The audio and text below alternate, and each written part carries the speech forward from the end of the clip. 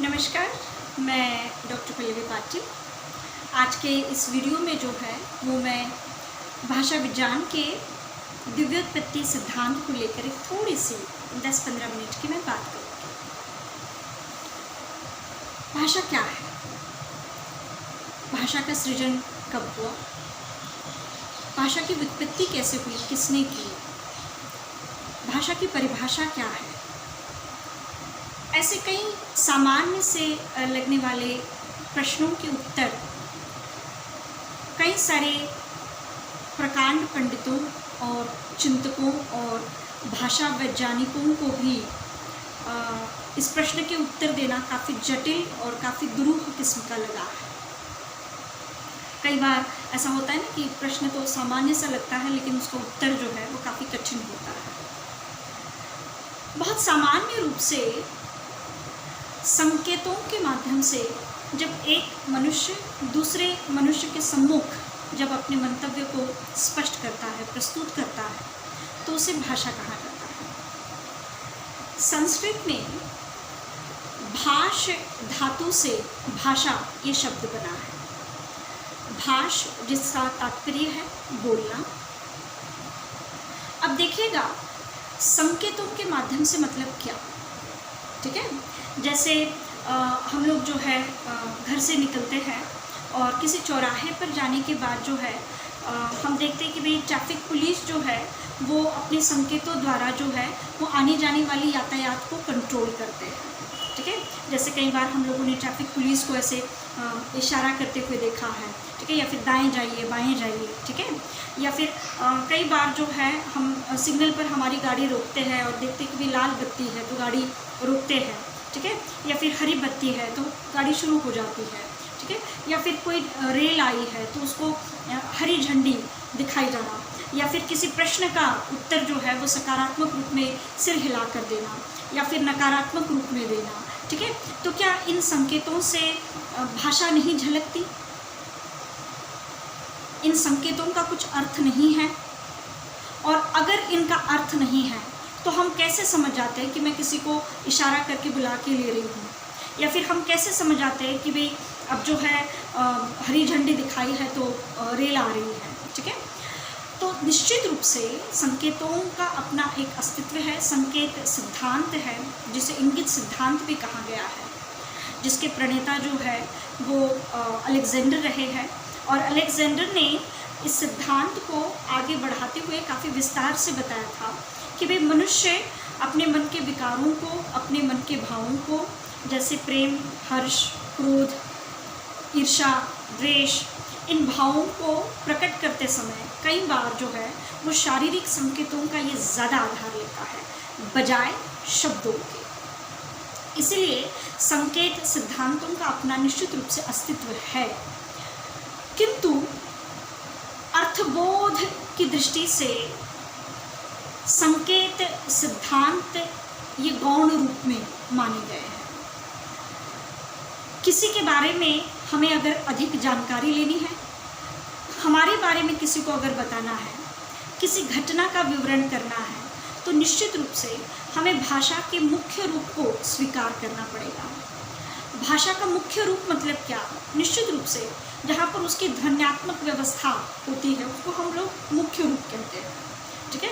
इसी बात को, इसी चीज़ को जो एक ब्रिटिश तत्वज्ञ है, ब्रिटिश भाषाविद है हेनरी स्वेट, जिन्होंने इस बात को बताया है कि भाषा की ध्वन्यात्मक व्यवस्था, भाषा में जहाँ पर ध्वन्यात्मक शब्दों द्वारा विचारों को प्रकट किया जाता है उसे भाषा कहा जाए, ठीक है।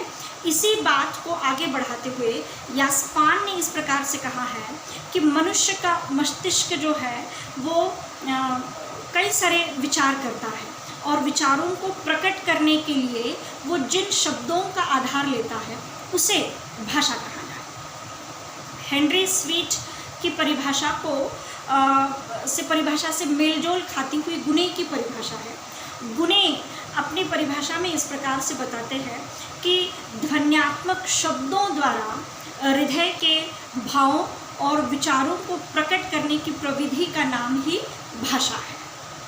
और गुणे की परिभाषा से सुकुमार सेन की परिभाषा ये काफ़ी मेल खाती है। तो देखिएगा, भाषा की परिभाषा में आपको देखने को मिलेगा कि भाषा के मुख्य रूप में हमें उसका जो है एक ध्वन्यात्मक व्यवस्था का एक बहुत यथासंगत रूप देखने को मिलता है, जो कि हम लोगों को इंगित भाषा के रूप में देखने को नहीं मिलता।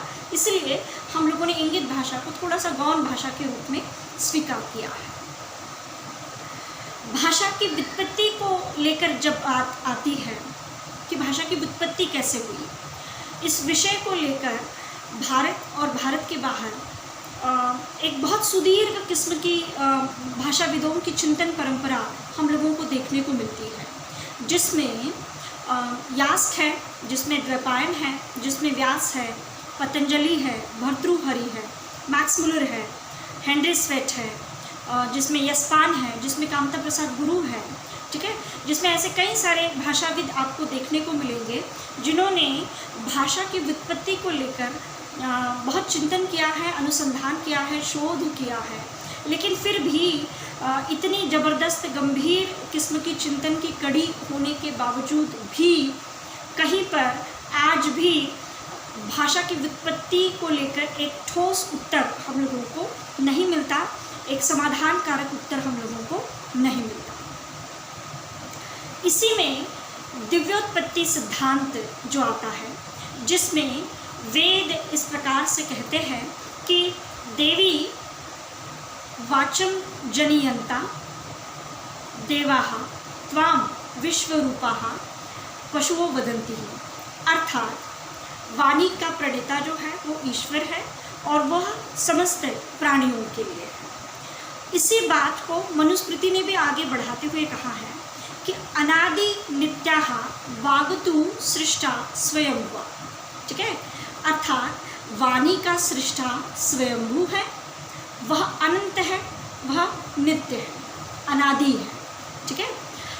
देखिएगा, 6ठी शताब्दी में आते आते हम लोगों को दक्षी और पाणिनि इस दंपत्ति की जो संतान है, महर्षि पाणिनि इस नाम से हम जिनको जानते हैं, जिन्होंने अष्टाध्यायी लिखी और अष्टाध्यायी में करीब करीब 4000 सूत्र उन्होंने व्याकरण से जुड़े हुए सूत्र उन्होंने दिए हैं।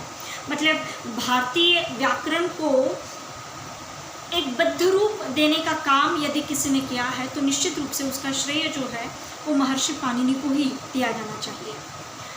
महर्षि पाणिनि इस प्रकार से कहते हैं कि भाई जो 14 प्रत्याहार है, ठीक है, जिन 14 प्रत्याहारों का उन्होंने उल्लेख किया है अष्टाध्यायी में, उसमें वो इस प्रकार से कहते हैं कि अयूक, ऋलूक, अयो, अयोच, हैवरट, लण, मणणम, छबहो, छबो, ठीक है, फिर जिसमें घड़दश, जबगड़दश, जिसमें खप छट चटतव, जिसमें कपय, जिसमें शसहर, जिसमें हल, इन 14 प्रत्याहारों के प्रणेता जो है वो महेश्वर है। तात्पर्य, इन 14 प्रत्याहारों का निर्माण ये शिव ने किया है। महर्षि पाणिनि का ये कहना है कि इन प्रत्याहारों का निर्माण जो है वो शिव के डमरू के निनाद से हुआ है। तो ध्वनि का जो सिद्धांत लागू होता है वो कहीं पर महर्षि पाणिनि ने शिव के डमरू निनाद से इस ध्वनि सिद्धांत और उससे भाषा की व्युत्पत्ति के सूत्र को उन्होंने बताया है। मुझे स्मरण है, हमारे पिताजी हरिद्वार के गुरुकुल कांगड़ी में वो पढ़े और उनके पाठ्यक्रम में आचार्य पाणिनि की अष्टाध्यायी थी और आप अंदाज़ा लगा सकते हैं कि 8वीं कक्षा में पाणिनि के अष्टाध्यायी 8वीं 10वीं 9वीं 10वीं कक्षाओं में उन लोगों को आचार्य पाणिनि के अष्टाध्यायी पाठ्यक्रम में रखी गई थी। तो आप कल्पना कर सकते हैं कि एक प्रश्न पत्र को पढ़ने के लिए उस ज़माने में, मैं बात कर रही थी 1937 की, उस ज़माने में छात्र को 4000 सूत्रों को पढ़ना पड़ता था। तो आप कल्पना कर सकते हैं कि कितना जटिल किस्म का पाठ्यक्रम ये उस दौर का रहा होगा। खैर, मैं उस विषय पर विस्तार से नहीं बोलूँगी, किंतु आचार्य पाणिनि, महर्षि पाणिनि इस बात पर जोर देकर कहते हैं कि शिव के डमरू निनाद से ही ध्वनि सिद्धांत और उससे भाषा की व्युत्पत्ति हुई है, और जिन 14 प्रत्याहारों के अंदर उन्होंने जो 4000 सूत्रों का गठन किया है उससे उन्होंने अष्टाध्यायी इस ग्रंथ में बांधा है। अब देखिएगा, दिव्योत्पत्ति के इस सिद्धांत में मैक्स मूलर जो है वो इन सारी चीज़ों का खंडन करते हैं। मैक्स मूलर ने किन शब्दों में इसका खंडन किया है, देखिएगा कि मैक्स मूलर ऐसा कहते हैं कि इन धर्मभीरु परंपरावादी भाषाविदों को जो ये मानते हैं कि भाषा का निर्माण, भाषा का प्रणेता ईश्वर है, ऐसे भीरुओं को, धर्म भीरुओं को कोई जाकर बताए कि क्या व्याकरण का निर्माण, कोशों का निर्माण ईश्वर ने ही किया है?